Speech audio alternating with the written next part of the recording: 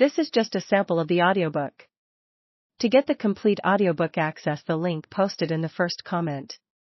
Kids may have thought it was make-believe, but Amy was dead serious and a taskmaster to boot.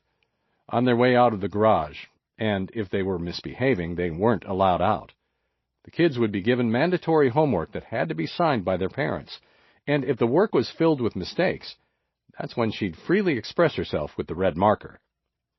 Her main feedback to the kids would usually be on Post-it notes she'd slip them in the garage. Comments like, "Stop goofing off," or "You're failing this class."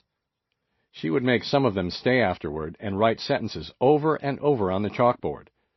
The kids would be mortified and would diligently do their work at home. By this point, she didn't answer to Mrs. Guthrie anymore. She was Miss Donnelly, with the emphasis on Miss. This soon became a topic of conversation at the annual neighborhood Christmas party. Peggy was approached by a concerned parent who told her, "I'm having to sign more papers for Amy than I am for the real teachers at school. Could you talk to her?" Peggy, knowing her daughter, said, "Sorry, it won't do any good." If anything, Amy was going to start assigning more homework. The only solution, Peggy suggested, was to steer clear of the cul-de-sac, because once a kid was out in the open, they were Amy's. Eventually, some kids were bound to start skipping class, and the first one to try it was her mercurial brother Mike. But Amy was prepared for that as well. One night over dinner, she proposed making Mike her principal, Mr. West.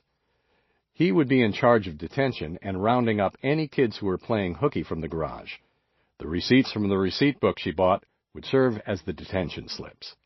Mike jumped at the chance, if only because it gave him free rein to smack a couple of kids on the rump with a ruler. Either way, her classroom was full again for the foreseeable future. The only conceivable way a kid could get excused from classwork was if he smelled or had bad breath. That was Amy's non-negotiable pet peeve, and she wasn't afraid to say out loud that a kid stunk or had yellow teeth and needed to go home. When Rich came back from managing the AAA Wichita Arrows in 1981 and the AAA Denver Bears in 1982, he finally saw for himself that Amy was a lot like him. He saw what she'd done with the garage, creating her own universe where there used to be balls and bats lying around, and realized she was looking for her own identity away from baseball and her brothers.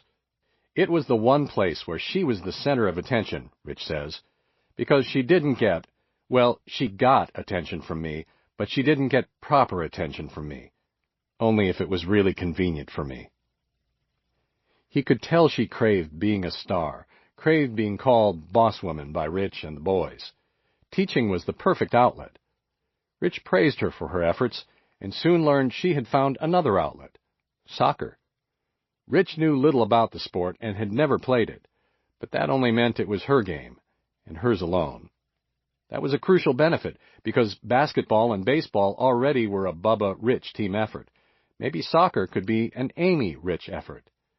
She joined an elite team called the Twisters that played up to 35 games all over the Metroplex, and Rich went to see one of her early matches out of curiosity to see what a girl's sport looked like.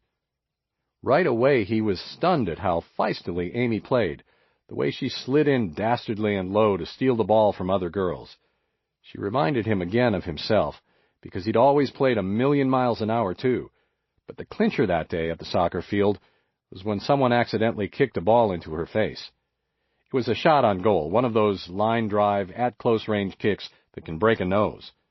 She collapsed in a heap, and Rich winced as she writhed on the turf, expecting her to be sobbing uncontrollably. I mean, it was a rocket kick that hit her flush in the face, Rich says. The referee came, and out came the coaches. It looked like her face had gotten hit by a Mack truck. But Amy, after about 90 seconds, rose up, dusted herself off, straightened her ponytail, and offered a thumbs up. Back into the scrum she went. She didn't even blink, Rich says. She didn't cry.